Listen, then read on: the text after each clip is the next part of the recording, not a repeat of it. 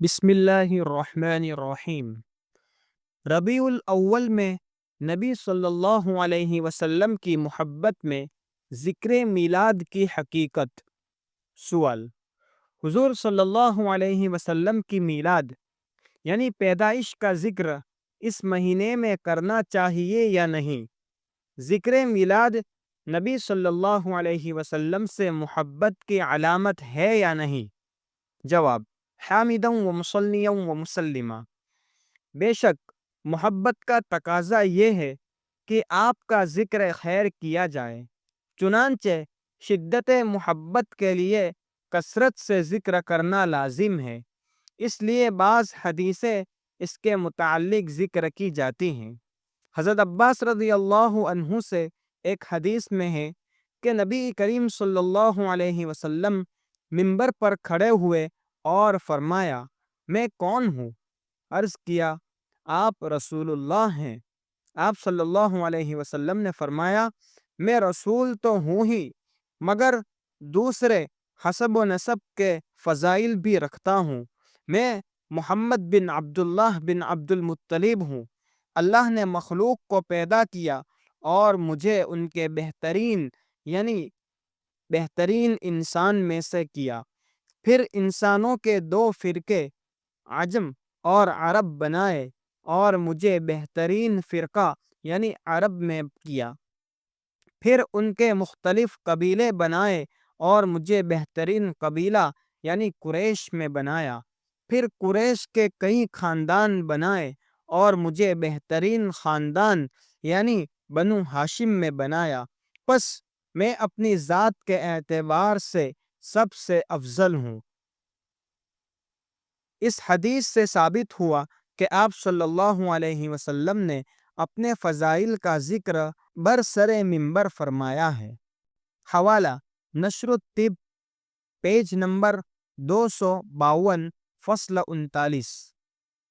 حضور صلی اللہ علیہ وسلم کی ہر بات کا ذکر عبادت ہے۔ حضور صلی اللہ علیہ وسلم کی ہر بات قابل ذکر ہے۔ نشست و برخاست، اخلاق و عادات، مجاہدات و ایازات، افعال و احکام، اوامر و نواہی سب قابل ذکر ہیں۔ آپ کا ذکر تو ہر وقت ہی ہونا چاہیے، اور آپ صلی اللہ علیہ وسلم کی ہر ادا کا ذکر ہونا چاہیے، حتیٰ کہ آپ کے غصے اور خفگی کا بھی ذکر ہونا چاہیے۔ محبت وہ چیز ہے کہ واللہ اگر حضور صلی اللہ علیہ وسلم کے غصہ اور اتباع کا بھی ذکر ہو تو مزے لے کر ذکر کرے۔ صحابہ کرام نے اس راز کو سمجھا تھا اور محبت کی یہ دولت ان کو نصیب تھی، تو اگر واقعی کسی کو حضور صلی اللہ علیہ وسلم سے محبت ہو تو کیا وہ ذکر میلاد میں نماز روزہ کے ذکر کو ناگوار سمجھے گا؟ ہرگز نہیں۔ صاحبو، حضور صلی اللہ علیہ وسلم کا اٹھنا بیٹھنا، سونا جاگنا، حتیٰ کہ حوائج ضروریہ میں مشغول ہونا سب عبادت ہے، بلکہ حضور صلی اللہ علیہ وسلم کے افعال اور احکام کا ذکر کرنا ذکر ولاد سے بھی زیادہ برکت کی چیز ہے۔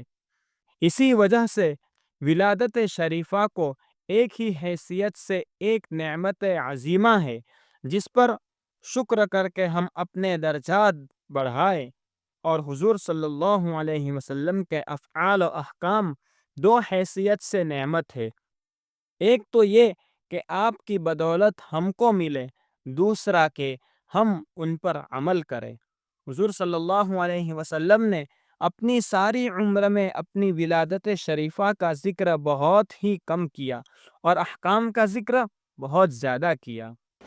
23 سال تک آپ صلی اللہ علیہ وسلم نے تبلیغ فرمائی، جس میں سے 3 سال وہی مؤخر رہی، تو اصل تبلیغ کا دور 20 سال کا ہے، اور ان 20 سالوں میں اگر تتبع کیا جائے تو معلوم ہوگا کہ حضور صلی اللہ علیہ وسلم نے اپنی ولادت شریفہ کا جتنا ذکر فرمایا اس کی مجموعی مدت شاید 1 ہفتے بھی نہیں ہوگی، لیکن 20 سال تک احکام کی تبلیغ کی، تو کیا اتباع سنت یہ ہے کہ جس چیز کو حضور صلی اللہ علیہ وسلم نے 20 سال تک ذکر فرمایا اس کو 20 منٹ بھی ذکر نہ کیا جائے، اور جس کا ذکر ساری مدت تبلیغ میں چند مرتبہ ہی فرمایا اس کو عمر بھر ذکر کیا جائے؟ اصل اتباع سنت تو یہ ہے کہ جتنا ذکر حضور صلی اللہ علیہ وسلم نے اپنی ولادت شریفہ کا فرمایا اتنا ہی تم بھی کرو، اور جتنا احکام کا ذکر فرمایا اتنا ہی تم بھی کرو۔ سچی محبت کی علامت یہ ہے کہ محبوب کی ہر بات کا ذکر ہو، ولادت شریفہ کا بھی، ریاضت کا بھی، آپ کی سخاوت کا بھی، عادات کا بھی، عبادت کا بھی، اور آپ صلی اللہ علیہ وسلم کے بتلائے ہوئے احکام کا بھی۔ اس میں نہ کسی مہینے کی تخصیص ہے نہ کسی مقام۔ ہمارا اعتقاد یہ ہے کہ تخصیص لازم کے بغیر اس ماہ ربیع الاول میں ذکر میلاد جائز ہے۔ محبت میں دکھلاوا نہیں ہوتا۔ کیا مجنون لیلا کی سالگرہ منائی تھی؟ حضور صلی اللہ علیہ وسلم کے ذکر مبارک کے لیے قیود کیسی؟ وہ تو ہر وقت کا وظیفہ ہونا چاہیے۔ اب تو لوگ چاہتے ہیں کہ ذکر بھی اگر ہو تو دوسروں کو دکھا کر ہو۔ بھائی، محبت میں دکھلانے کی کیا ضرورت ہے؟ اپنی اولاد کے لیے انسان محبت سے کیا کچھ نہیں کرتا، مگر کیا سب کو دکھاتا ہے؟ حضور صلی اللہ علیہ وسلم کی محبت تو اولاد سے بھی زیادہ ہونی چاہیے۔